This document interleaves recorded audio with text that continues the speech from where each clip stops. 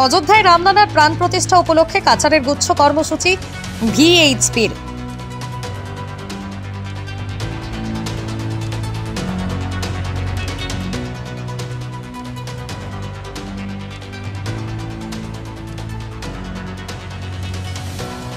হিতাধিকারীদেরকে ration card বিতরণ রাজ্যের মন্ত্রী পরিমল ও সোনাই সমষ্টির বিধায়ক করিম।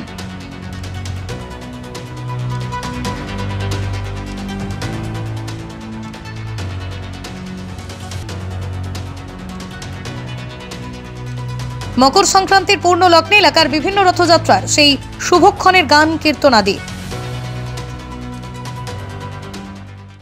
অযোধ্যায় আগামী 22শে জানুয়ারি রাম মন্দিরের উদ্বোধন এবং রামলালার প্রাণ প্রতিষ্ঠাকে কেন্দ্র করে সারা দেশের সঙ্গে কাছাড়েও বিশ্ব হিন্দু পরিষদ বিভিন্ন কর্মসূচি হাতে নিয়েছে। এদিন এক সাংবাদিক সম্মেলন করে তাদের কর্মসূচি নিয়ে বিস্তারিত জানিয়েছেন পরিষদের কর্মকর্তারা। তারা বলছেন, ঐতিহাসিক ওই দিনে জেলার বিভিন্ন প্রান্তে ভগবান রামের মূর্তি প্রতিষ্ঠা করে পূজা অর্চনা, ভজন কীর্তন ইত্যাদি অনুষ্ঠানের আয়োজন করা হবে। এদিন সন্ধ্যায় বিভিন্ন মন্দিরে প্রদীপ প্রজ্বলন করা হবে। গেরুয়া ধ্বজ লাগিয়ে সাজিয়ে তোলা হবে শিলচরের বিভিন্ন পয়েন্টকে। এর আগের দিন অর্থাৎ 21শে জানুয়ারি শহরের সোনাই রোড গোপাল আখড়ার সামনে থেকে বের করা হবে এক শোভাযাত্রা। আর কি থাকছে ভিএইচপির কর্মসূচিতে, চলুন শোনা যাক। সিদ্ধান্ত নেওয়া হয়েছে যে সমগ্র শিলচর শহরকে গেরুয়া পতাকা দিয়ে সাজানো হবে এবং 21,000 গেরুয়া পতাকা লাগিয়ে সমগ্র শিলচরকে সাজানোর পরিকল্পনা বিশ্ব হিন্দু পরিষদ নিয়েছে। এবং আপনারা হয়তো দেখতে পেয়েছেন যে বিগত দুদিন ধরে বজরং দলের প্রত্যেক সদস্যরা এই কাজে সক্রিয় হয়ে নেমে পড়েছে।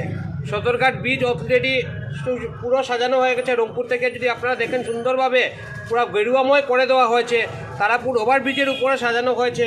তো এইভাবে সমগ্র শিলচরকে আমরা 21,000 পতাকা দিয়ে আমরা সাজাবো এবং শিলচর শহরের যতগুলো এন্ট্রেন্স আছে, যেগুলো ওভারব্রিজ ফ্লাইওভার আছে, তো এইগুলোকে আমরা সাজাবো। তার সাথে যেগুলো স্ট্যাচু, যেগুলো পয়েন্টের মধ্যে স্ট্যাচুগুলো আছে, প্রত্যেকটি স্ট্যাচুতে প্রভু শ্রী রামচন্দ্রের ফটো এবং রাম মন্দিরের ফটো দিয়ে ওখানে সুন্দরভাবে আলোকসজ্জা দিয়ে এবং খুব ডেকোরেট করে প্রত্যেকটি স্ট্যাচুকে সাজানো পরিকল্পনা বিশ্ব হিন্দু পরিষদ থেকে নেওয়া হয়েছে। তৎসঙ্গে আমরা সমগ্র শিলচরবাসীকে আমরা আগেও আবেদন রেখেছি, এখনও আবেদন রাখছি যে যারা ক্লাব, সংস্থা, এনজিও, দুর্গাপূজা কমিটি যারাই আছেন প্রত্যেকে নিজের নিজের পাড়া এবং নিজের নিজের মহল্লাকে সাজিয়ে তোলার আপনারা প্রচেষ্টা চালিয়ে যান, যাতে করে যেদিন 22 তারিখ, সেই 22 তারিখ যাতে পুরো শিলচর শহরকে যাতে অযোধ্যা নগরীর মতো আমরা অনুভব করতে পারি, সেজন্য সকলের সক্রিয় সহযোগিতা বিশ্ব হিন্দু পরিষদ থেকে আমরা প্রার্থনা করছি। আমরা যদি সকলের চেষ্টা করি, আমরা শিলচর শহরকে একটি ভব্য শহরে আমরা পরিণত করতে আমরা সমর্থ হব। তো আমরা বিশ্ব হিন্দু পরিষদ থেকে সকল হিন্দু নাগরিকদের আবেদন করছি যে 22 তারিখের আগে কমসে কম আমরা 17-18 তারিখের আগে যেন আমরা নিজের ঘরে আমরা লাইট আলোকসজ্জা জ্বালিয়ে আমরা যাতে নিজেদের ঘর বাড়ি এবং নিজেদের মহল্লাকে আমরা সুন্দরভাবে সাজিয়ে তুলি 2-3 দিন আগের থেকে।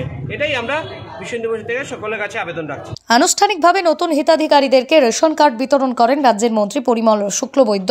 সোনাই সমষ্টির বিধায়ক করিমউদ্দিন বড়ভূঁইয়া আজ বেলা 12টার সময় সোনাই নিত্যগোপাল হায়ার সেকেন্ডারি স্কুলের খেলার মাঠে আনুষ্ঠানিকভাবে নতুন রেশন কার্ড তুলে দেন হিতাধিকারীদের হাতে রাজ্যের মন্ত্রী পরিমল শুক্লবৈদ্য ও সোনাই সমষ্টির বিধায়ক করিমউদ্দিন বড়ভূঁইয়া। এছাড়া আজকের এই অনুষ্ঠানে অন্যান্যদের মধ্যে উপস্থিত ছিলেন কাছাড়ের জেলা উপায়ুক্ত রোহন কুমার ঝা, জেলা বিজেপি সভাপতি বিমলেন্দু রায়, সোনাই পৌরসভার 22 নম্বর chairman Sheikh Shah Alam, Sonai circle magistrate Maria Tamim সহ অন্যান্য বিশিষ্ট জনেরা। আজকে এই অনুষ্ঠানে বক্তব্য রাখতে গিয়ে রাজ্যের মন্ত্রী বলেন, কাছাড় জেলায় মোট 54,240 পরিবারের হাতে তুলে দেওয়া হবে নতুন রেশন কার্ড। এতেই 2,14,466 জন নতুন করে যুক্ত হবেন। সোনাই সমষ্টিতে 6,487 পরিবারকে নতুন রেশন কার্ড তুলে দেওয়া হবে। এতেই 27,442 জন নতুন করে যুক্ত হবেন। এছাড়া মন্ত্রী এও জানিয়ে রাখেন যে এই রেশন কার্ড কোনো ডিলারের হাতে না রাখার জন্য আবেদন করেন। আমরা চেষ্টা করব এগুলা আজকে হয়তো 10 জনকে দেওয়া যাবে, বাকি সবাই কার্ড এখানে রেডি আছে। মন্ত্রীকে আমি অনুরোধ করেছি যাতে আমরা পঞ্চায়েত, আঞ্চলিক পঞ্চায়েতে হোক, আমাদের অফিসিয়ালস লাগিয়ে হোক, জিপিতে আমরা ঘরে ঘরে পৌঁছে দেওয়ার একটা অনুরোধ রেখেছি আমি মন্ত্রী মহোদয়ের কাছে। আর টাউনের গুলা আমাদের ওয়ার্ড কমিশনার আমরা ঘরে ঘরে পৌঁছে দেওয়ার একটা প্রস্তাব আমি রেখেছি। আশা করি মন্ত্রী মহোদয় সেটা বিবেচনা করে দেখবে। আমাদের রেশন কার্ড যেগুলা, সেইগুলা যাতে ডিলারের হাতে না থাকে। প্রথম কথা হলো আপনাদের ঘরে থাকতে হবে।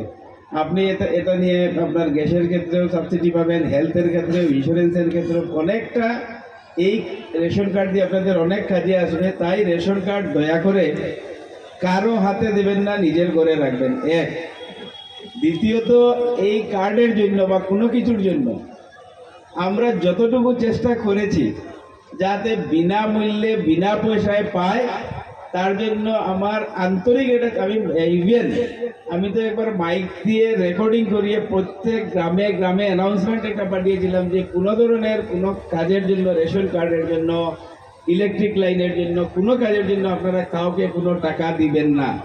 কথিত আছে হিন্দু ধর্মাবলম্বীদের 12 মাসে 13 পার্বণ, তার মাঝে পৌষ পার্বণ বা মকর সংক্রান্তি একটা ব্যতিক্রমী উৎসব। এই একটি বিশেষ দিনের রয়েছে অনেক তাৎপর্য, যা সংক্ষিপ্ত লিখিকাতে তুলে ধরা সম্ভব নয়। যাই হোক, সেই চিরাচরিত প্রথা অনুযায়ী আজও মকর সংক্রান্তি উপলক্ষে গ্রাম বাংলায় আনন্দে মেতে ওঠে আবাল বৃদ্ধ বনিতা।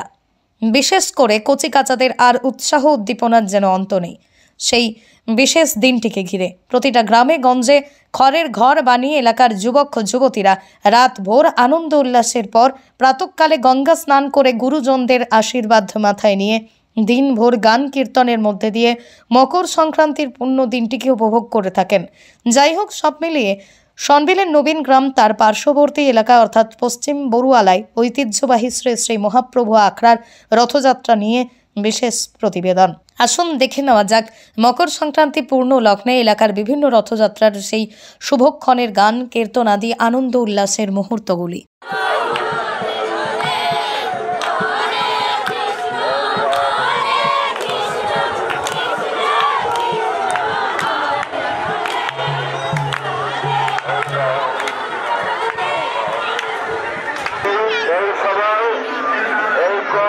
অত্যন্ত শুভ যেতে ভাগ্যবান মনে করেন।